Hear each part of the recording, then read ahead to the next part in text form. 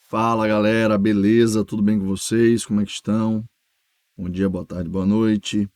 Vamos lá, já começar jogando na telinha aqui mais um bloco nosso de Direito Processual Civil comigo, professor João Liberato Filho.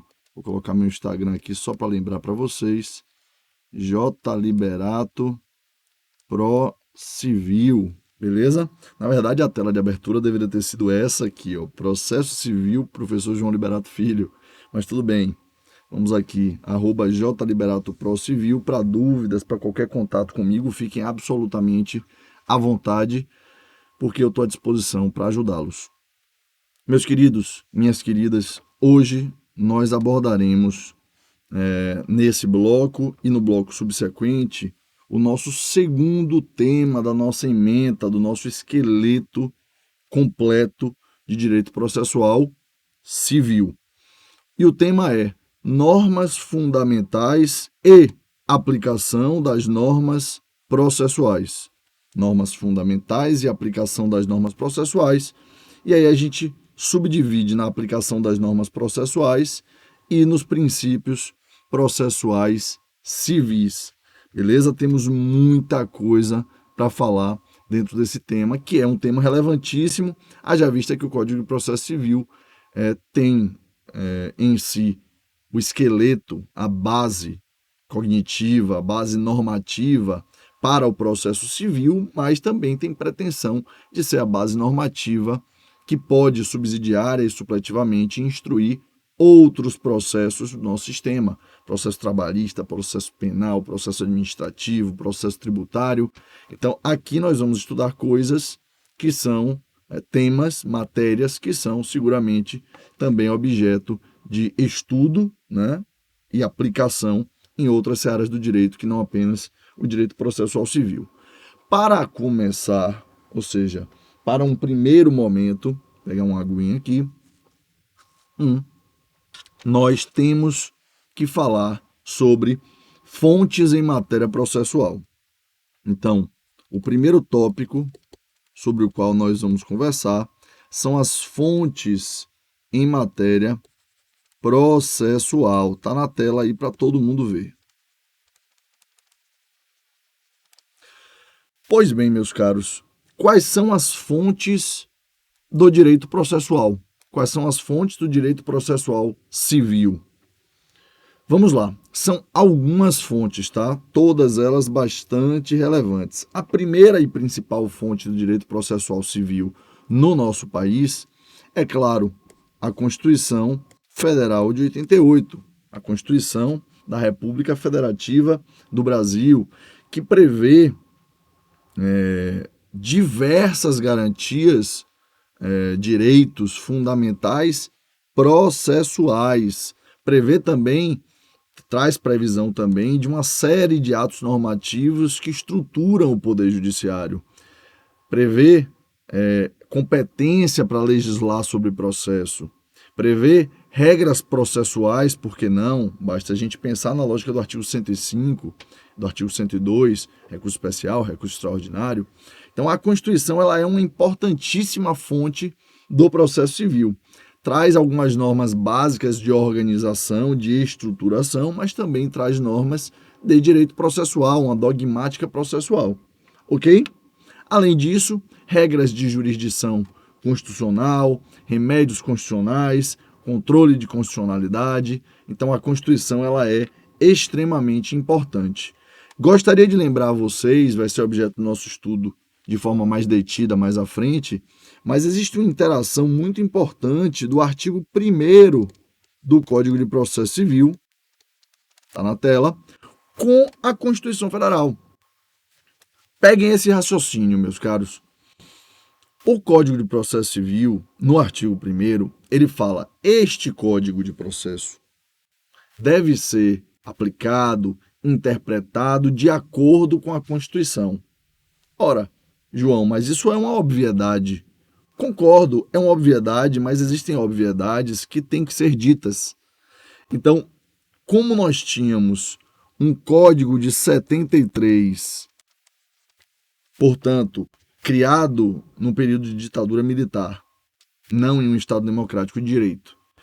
E esse código devia respeito a uma Constituição Federal de 88, ou seja, posterior a ele.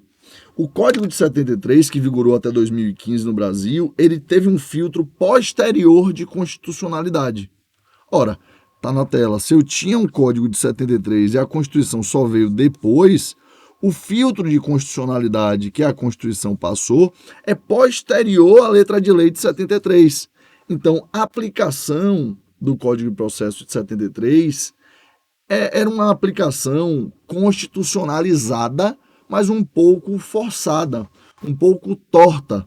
Tinha que haver uma adaptação.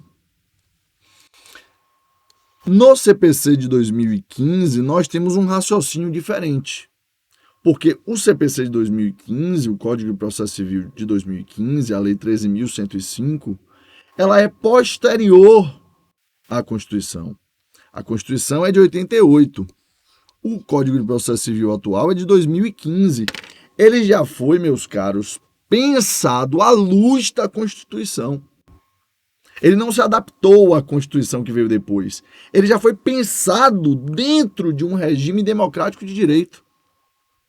Dentro e levando em conta premissas constitucionais, direitos e garantias, entendimento do sistema, interpretação. Então, o CPC de 2015, ele é de forma nativa constitucionalizado. Não precisou haver um esforço interpretativo de uma norma que veio em momento posterior. Ele já nasceu, ele já foi forjado com base, tendo como premissa a Constituição de 88. E isso muda tudo, meus caros. Por isso, talvez seja importante reiterar, no artigo 1º, tenha sido importante no artigo 1º do CPC, essa lógica de que este Código de Processo Civil, ele deve e ele será interpretado sempre em conformidade com os princípios, com as regras, com as garantias da Constituição. Beleza? Então, em termos de fonte de matéria processual, a primeira fonte, sem sombra de dúvidas, é a Constituição Federal. A segunda fonte, também muito relevante, são os tratados e convenções internacionais. Tratados e convenções internacionais. Claro, dos quais o Brasil seja signatário. Há uma expressa menção no artigo 13 e também no artigo 26, caput e parágrafo 1º. Nesse caso aqui do CPC. O Brasil, a jurisdição brasileira, ela aplica a normatização brasileira, né? A arquitetura jurídica brasileira, ela é tomada em consideração como fonte primária. Mas tratados e convenções internacionais dos quais o Brasil seja signatário também repercutem no nosso sistema e trazem normas de direito processual, meus caros, né? Existem uma série de garantias processuais que são objeto de positivação em tratados e convenções internacionais. Por isso que a gente diz que tratados e convenções internacionais são, sim, fontes em matéria processual. A terceira fonte em matéria processual que eu vou mencionar para vocês são as leis federais. Mas isso é de uma obviedade ululante, né? Leis federais ordinárias, leis federais complementares, porque o próprio Código de Processo Civil de 2015 é uma lei federal. A legislação federal, ela abarca e ela é a fonte de uma série de normas de processo civil, né? Uma questão que a gente tem que tomar um certo cuidado, e eu vou colocar um asterisco aqui no nosso slide, prestem muita atenção, são as chamadas normas processuais heterotópicas. Olha na tela, normas processuais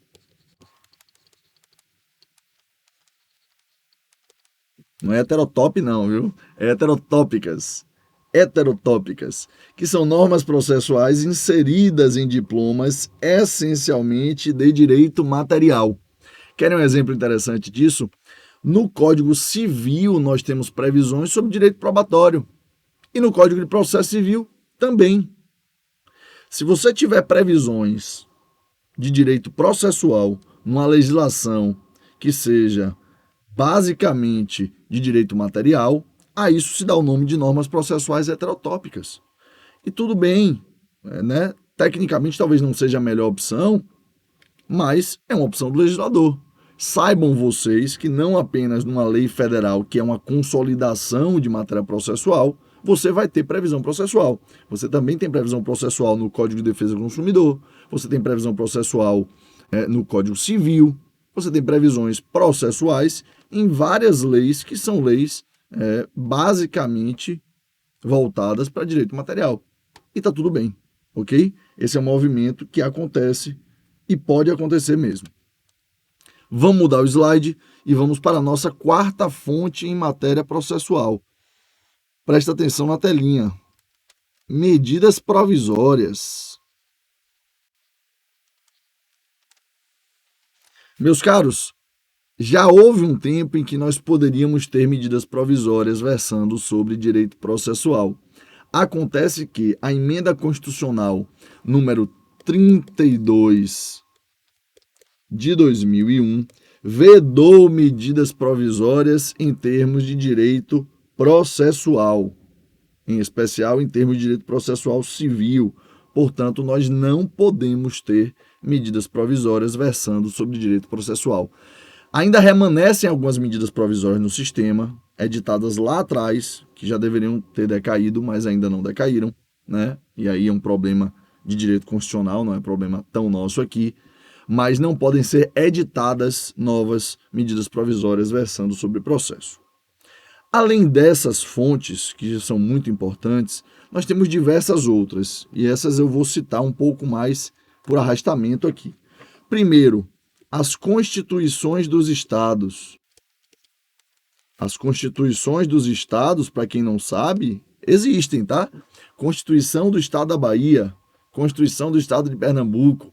Os estados têm constituições próprias e essas constituições, por vezes, trazem sim previsões em termos de direito processual. A Constituição do Estado da Bahia, por exemplo, tem uma previsão interessante sobre competência quando é uma ação que vincula o chefe da Defensoria Pública do Estado. Além das constituições dos estados, as leis estaduais. Nós vamos ver daqui a pouquinho qual é a margem que o Constituinte concedeu aos estados para legislar sobre processo, sobre procedimento. Daqui a pouco a gente vai chegar lá. Além disso, meus caros, e isso é muito importante, regimentos internos dos tribunais. Os regimentos internos dos tribunais são fonte preciosíssima de processo, de norma processual. Cada tribunal tem o seu regimento interno, inclusive os tribunais superiores, né? STJ, STF, os tribunais estaduais, TJBA, TJSP, TJRJ, TJDFT, e também os tribunais regionais federais. Cada tribunal tem o seu regimento interno, que é óbvio, né? Deve obediência à legislação federal, deve obediência a outras fontes normativas, à Constituição, mas tem certa liberdade para definir questões procedimentais. Então, questões de sustentação oral, por exemplo, que são questões processuais, são definidas nos regimentos internos. Cada tribunal tem a sua organização própria, a sua estruturação própria, a forma como as câmaras lidam, as competências internas, quem aprecia recursos extremos, tudo isso é objeto de regimentos internos. Conheçam os regimentos internos dos tribunais em que vocês atuam, porque é uma fonte importantíssima de processo. Indo um pouco mais além, meus caros, nós temos os chamados negócios jurídicos processuais. Ora, se a lei, que é abstrata, e definida pelo Congresso Nacional me vincula, imagina um negócio jurídico processual que eu, de bom grado, em consenso, me comprometi a cumprir. Os negócios jurídicos processuais estão previstos fortemente nos artigos 190 e 191 do CPC. Eles são a materialização da valorização do autorregramento da vontade. Eles surgem a partir de uma valorização também de uma visão mais privatista de processo e basicamente é uma possibilidade de você negociar sobre procedimento, negociar sobre processo.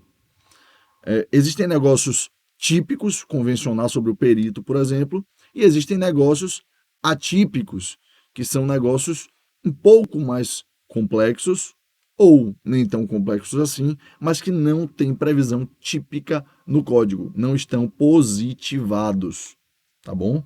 E aí nós temos diversos exemplos de negócios jurídicos processuais, mais lá na frente no nosso curso a gente vai estudar maiores exemplos e vai ficar mais claro para vocês, ok? Um negócio jurídico muito típico do código é o calendário processual. Você reduzir prazos processuais, você trocar, inverter a ordem de atos determinados do procedimento, tá? Acordo para julgamento antecipado, acordo para abrir mão de recurso no futuro, acordo para determinar previamente medidas executivas cabíveis. Tudo isso é possível e os negócios jurídicos processuais são, portanto, fonte de processo. Por fim, dois últimos elementos. Os precedentes como sistema, que engloba os próprios precedentes, né, súmulas e jurisprudência. Tudo isso a gente vai estudar mais à frente quando formos conversar sobre teoria da decisão, mas os precedentes são sim fontes de processo. Por quê? Todo e qualquer processo, meus caros, visa resolver uma questão jurídica. Todo e qualquer processo visa resolver uma questão jurídica. Essa questão jurídica geralmente é chamada de mérito. Pode ser uma lide, né, porque pode ter uma controvérsia, ou não. Nós já conversamos sobre isso na aula passada. Essa questão jurídica, ela depende, claro, dos argumentos das partes, do arcabouço probatório que é produzido, né, do convencimento do magistrado. E todo o processo, ao resolver uma questão jurídica, ele produz uma norma específica para o caso concreto, que a gente chama de norma individualizada para o caso concreto, mas também produz uma outra norma, que é uma norma geral e abstrata, aplicável a casos futuros. Essa norma individualizada é a lei entre as partes, é a resolução do caso concreto. Essa norma geral e abstrata, aqui de cima, estou circulando ela na telinha, é o precedente. Que pode ser um precedente persuasivo, né, não obrigatório, meramente persuasivo, ou pode ser um precedente obrigatório, grosso modo, se for uma decisão que tem previsão no rol do 927 do CPC. Então, sem querer entrar na teoria dos precedentes, que vai ser objeto de estudo mais à frente, mas apenas para fazer uma brevíssima explanação, a lógica é essa.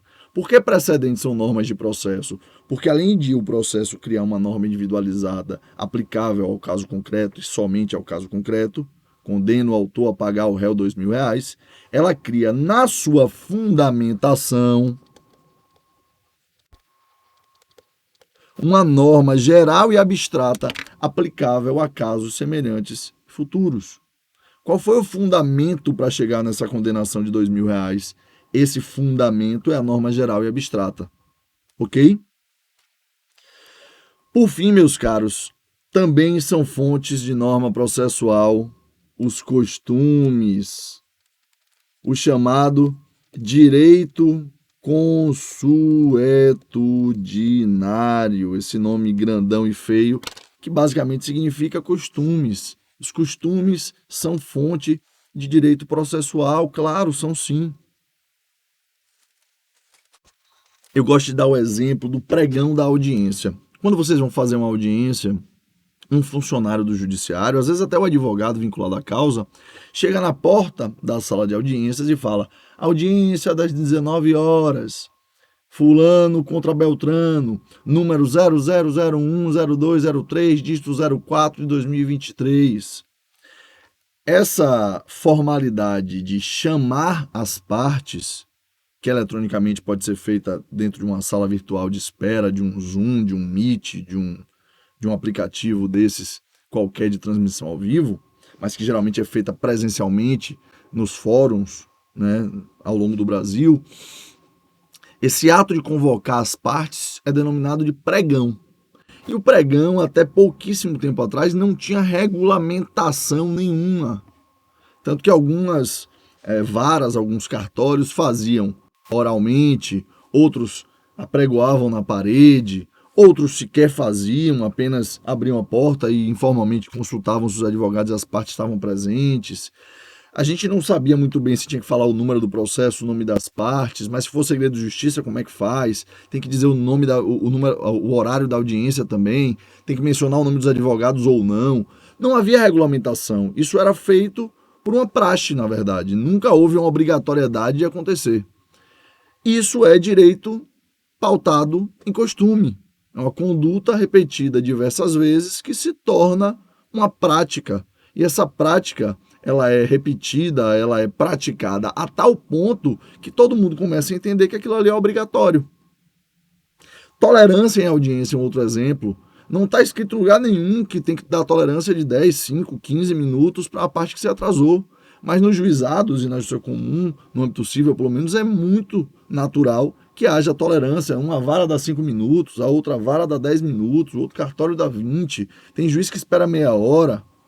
Isso não está em lugar nenhum. Isso é uma praxe, isso foi uma construção com base em costumes. Portanto, costumes também são fontes de normas processuais. Tudo bem até aí, gente? Olha, para quem entendeu até aqui, maravilha, vamos para frente. Para quem não entendeu alguma coisa, retoma, volta, vai lá no começo do vídeo, lê uma doutrina, procura um vídeo na internet, faz um complemento, vai lá no meu Instagram, me pergunta, beleza? Vocês precisam compreender isso aqui, que é uma premissa para todo o resto do conteúdo que a gente vai abordar a partir de agora. Vamos lá. Vou abrir mais um slide novo aqui. Como o nosso tópico anterior foi a letra A, fontes em matéria processual, eu vou falar agora com vocês sobre as normas processuais. Vai ser a letra B. Norma processual. Vejam, na lição da professora Paula Sarno Braga, norma processual é o preceito jurídico que visa disciplinar o exercício da função jurisdicional e do seu método de trabalho, que é o processo. Vamos repetir? Norma é o preceito jurídico que visa disciplinar o exercício da função jurisdicional e o seu método de trabalho. Preceito jurídico que disciplina o exercício da jurisdição, da função jurisdicional e o seu método de trabalho. Pronto, estamos bem com isso. Isso é norma processual. Usualmente, meus caros, a doutrina constrói que nós temos normas processuais de 3 naturezas. Está aqui, natureza jurídica. Eu vou colocar aqui uma canetinha preta para a gente diferenciar. A, B e C. A primeira natureza das normas processuais são as normas de organização judiciária.